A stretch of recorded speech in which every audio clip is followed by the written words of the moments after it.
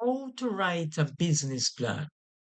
In order to write a business plan, we need to know what are the business plan requirements. Once we know what the business plan requirements are, we can then gather the data to put it in our business plan so that we can present it to a financial institution or other types of agencies which would need a business plan. A business plan is a formal document that is prepared by an organization or an individual to outline the business objectives, the structure of the business, the products or services that the business will make available for their customers, and the financial projections over a 3 or 5 year period. So in a nutshell, that's what a business plan is. We're going to look further into the other aspects of a business plan. So business plan requirements. The first page would have the name of the company in its simplest form. An important part of the business plan is the executive summary. The executive summary is an overview of the information that was written in the company's business plan. All right. Another requirement for the business plan is a description of the company. In this section, you're given information about the name of the company, the address of the company, if there's a physical location, and online information, if there's any, such as a website or other social media websites, and also information on how can the customers contact the company if they wish to do so via telephone or physically visit the the physical building location. So here you would have the address of the company, for example, 4 North Street. Or the next essential component of the business plan is a product or service, right? In this paragraph, the names of the products and services will be discussed in this paragraph, right? And these are the products or services that you would make available to your customers, all right? Now, in this paragraph, you're speaking about your product or your service. So here you would want to speak about the original features or characteristics of your product or service. What makes it special from the competition? And the competition are the other businesses in the same category that you are trying to enter. So if you have a supermarket, your competitor will be another supermarket, a supermarket with a larger or small. The next aspect of the business plan is entitled Market and Competition. This is a paragraph that names and discusses the market that the business will operate in. Now, as we know, a market is a place, whether digital or physical, where buyers and sellers meet to transact different transactions, such as they could be exchanging physical goods or they could be offering services. As we mentioned in the previous slide, a good is a tangible product. You can actually touch it, like a computer or a laptop, while a service is intangible. You cannot touch it. So, for example, with the laptop, if I sell you a laptop, we might need to service it. We might need to upgrade its software. We can upgrade the software online by updating regular um, packages that we would get online, for example. Or you could carry it to a store and repair it. That would be a service. So I couldn't actually touch the service because it's intangible, right? Good. Now, different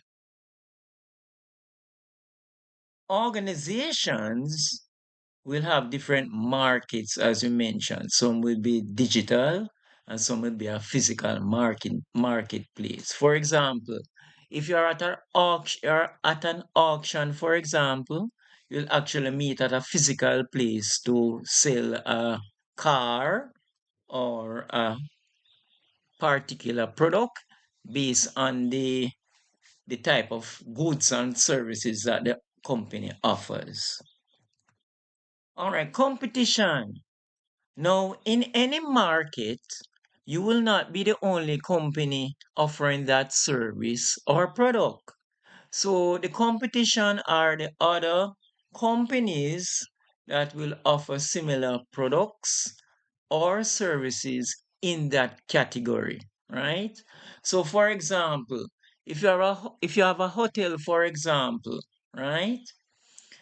Depending on whether your hotel is a small hotel, like a boutique hotel, or a middle-sized hotel, or a large resort hotel, it would depend on the other companies that are operating in that market, right? So if you're a small hotel with just 3 rooms, for example, right? Your main competition would be the similar size hotels or even the Airbnb companies that offer rental to different customers, right? So the competition would entail every other companies within that marketplace in your sector, right? So again, you could have a small hotel, right? But not only would be the other hotels that are offering um only 3 rooms in that category, like a boutique hotel would be a smaller hotel, right? But also, as I said before, the Airbnb or somebody who is just renting out a house, not a house, renting out a room for a guest will also be a competition, okay? Now, the larger hotel like the resort, your resort would have about 1,000 rooms, while your boutique hotel may have 3 rooms, just for example, for today's video. There would be a competition too, but not necessarily your direct competition, right? So if you're running like a bus service, if you have a bus and you have a 15-seater that can hold a bus that can hold 15 persons, the larger bus that can hold like 45 persons would be in the same market, right? But he would not necessarily be a competition because you wouldn't hire a 45-seater bus to carry 10 persons. It would be uneconomical because the 45-seater bus would charge more money because they have a larger or a higher operational cost because the gas would be more to move the same 10 persons, right? So the competition would be those similar size companies within your market, for example. All right. All right, the next thing we're looking at is the marketing and the selling strategies. All right. Now we'll be looking at marketing first. So marketing is the activity that a set of institutions or organizations or schools create different communication methodologies and delivering and exchanging those ideas about the company. So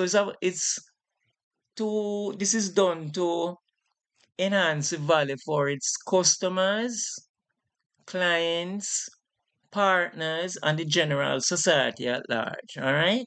So the marketing strategy is a communication program whereby you want to educate persons about your services and or products that your company will offer. Okay.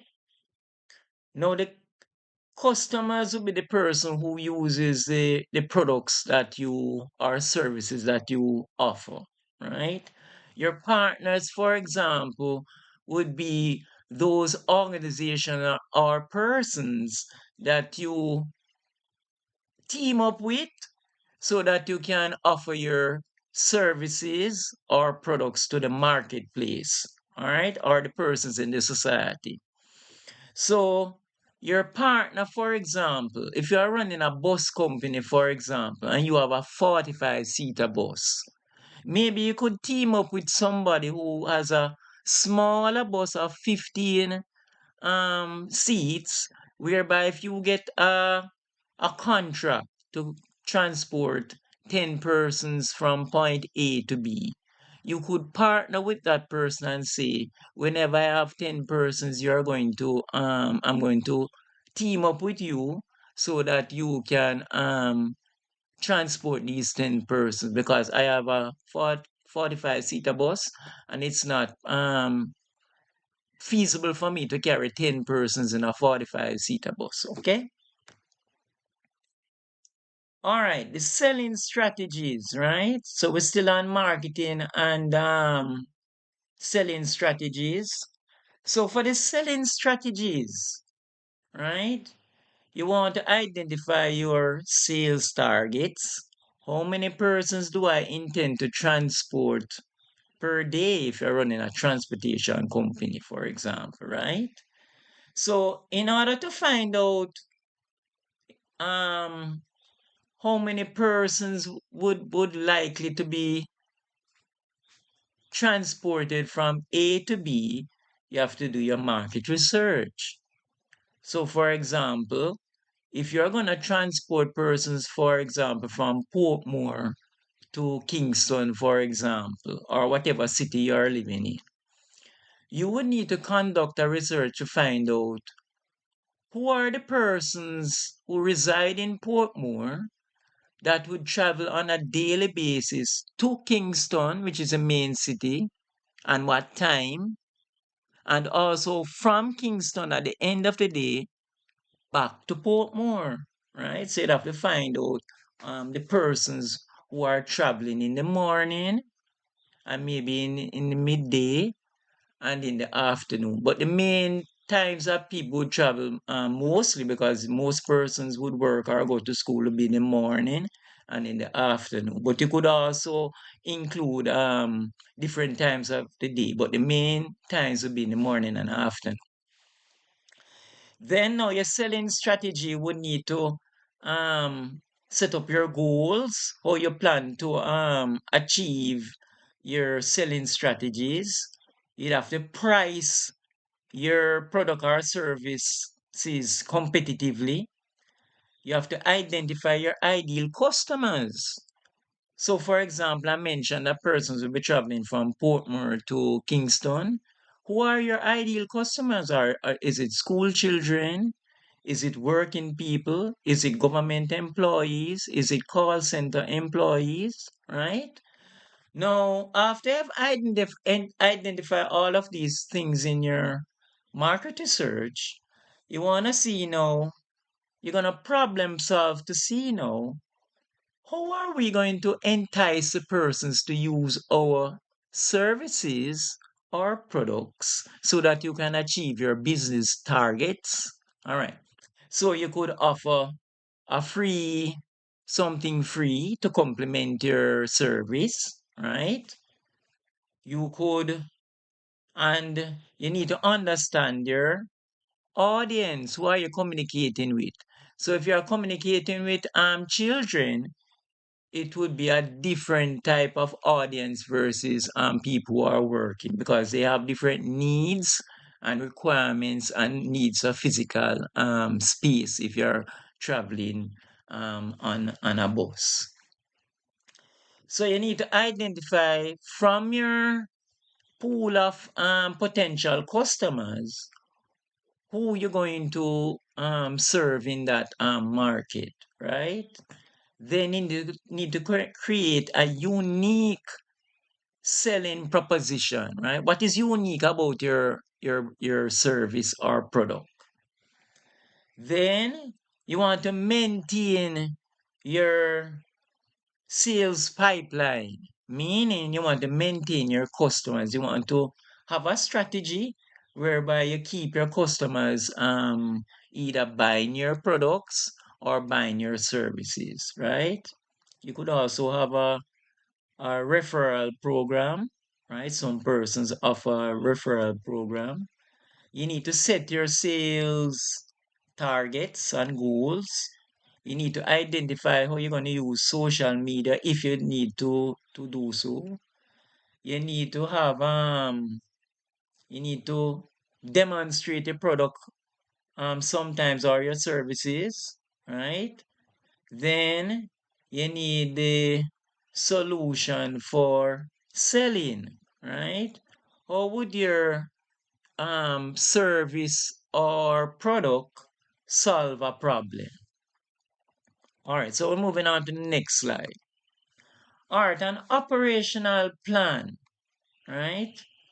Now, in this part of the business plan, we want to document how we would organize the company to be run every day to be successful in selling its product or services, right? So this is essential so that you can be able to see if the company will be able to attain its business objectives, right?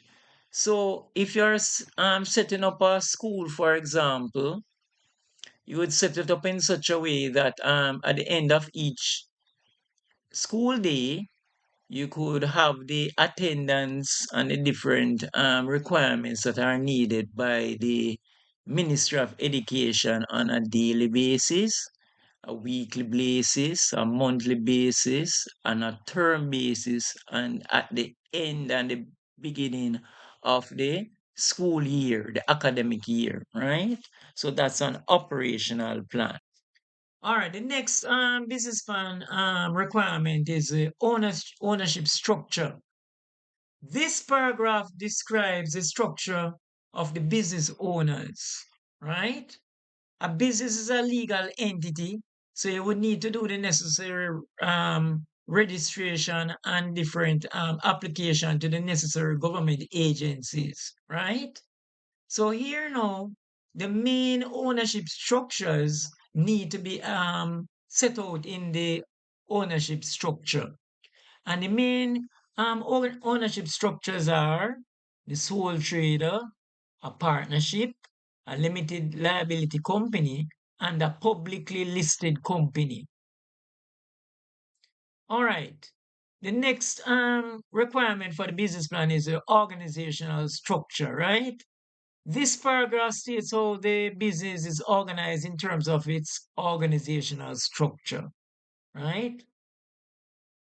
The main types of organizational structures are flat, top-down, and matrix. So depending on the type of how large your company is and the different the size and how you plan to structure the company in terms of your human resources, then you would choose whether you're going to use flat, top down, or matrix. And included in this paragraph is the various departments that you would have in your organization if it is of a large enough size to have different departments, and also the roles of the different departments. Okay. Another important requirement for the business plan is organization management, right? So these are the persons who would manage the business. So this paragraph describes the main persons of management, their functions, and the summary of their past work experience, right? All right, financial estimates. This paragraph describes the revenue model showing how the business will get income, right? So how will your company generate income, right? How will it get money from paying customers, right?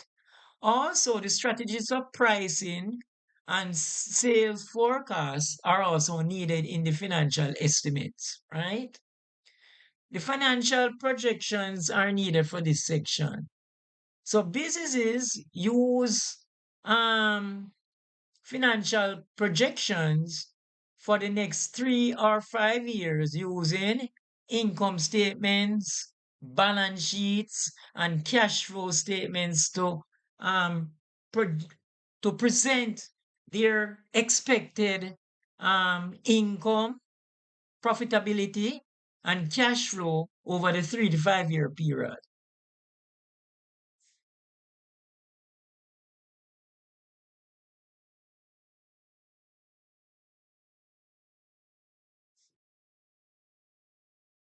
The financial product projections, as we said, is important because you need to show if you're going to a financial institution, you have to prove to them or show them that you will be able to service your loan. Okay? Our financial estimates, how how the business will find startup capital, meaning money, right?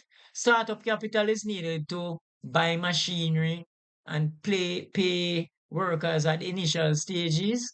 So you need to determine how you're going to raise your capital, how you're going to fund your business to start the business or expand the business. This section will also need to state the reason why you're raising this capital, okay? Or the appendix will be the last section for the business plan requirement, right? In this section, any information that is needed to justify the different items that you place in the business plan would be placed in the appendix, which is normally at the back of the document, the business plan. So the information can be documents showing market research, documents drafted by the company's lawyers or accountants, and other important information about the main persons in management, right? This brings us to the end of today's outline of how to write a business plan based on the requirements that are needed.